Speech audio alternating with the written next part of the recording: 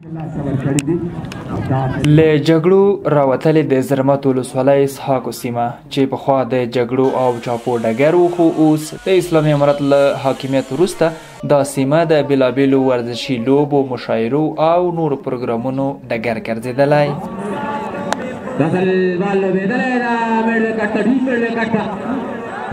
دا د پکتیا په زرمت ولسوالۍ اسحاقو سیمه کې د زرملوال چامپیون ټرافي په نوم د کرکټ پیل شوي سیالیو پایلوبه ده چې ګڼ مینوال ورته راټول شوي.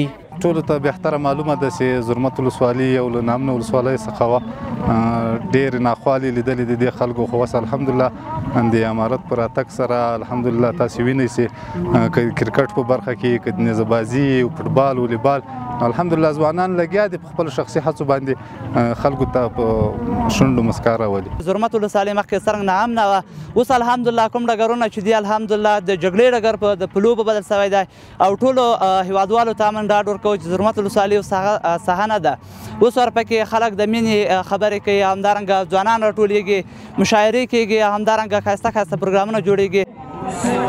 د زرملوال چامپیون ټرافي په نوم 5م پړاو لوبې چې د کوچني اختر په 2مه پیل شوې وې، د جنګیر کرکټ کلب او خوازک سپورټ لوبډلې پایلوبې ته لار پیدا کړې وه چې پر دوام یې د جنګیر لوبډلې په بریا پای ته ورسېدې.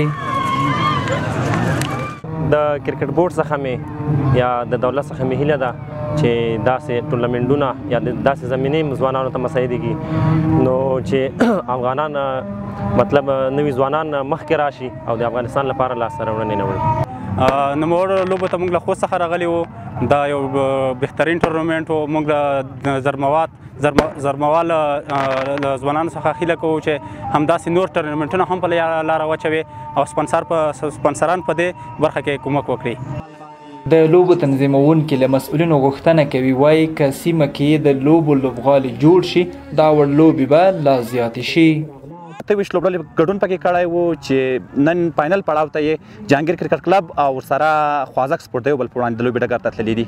د ځوانانو یوځای کول د مینې او اتفاق او اتحاد په خاطر باندې او د مینې او اتفاق او اتحاد غږ پورته کول د کرکټ له طریقه.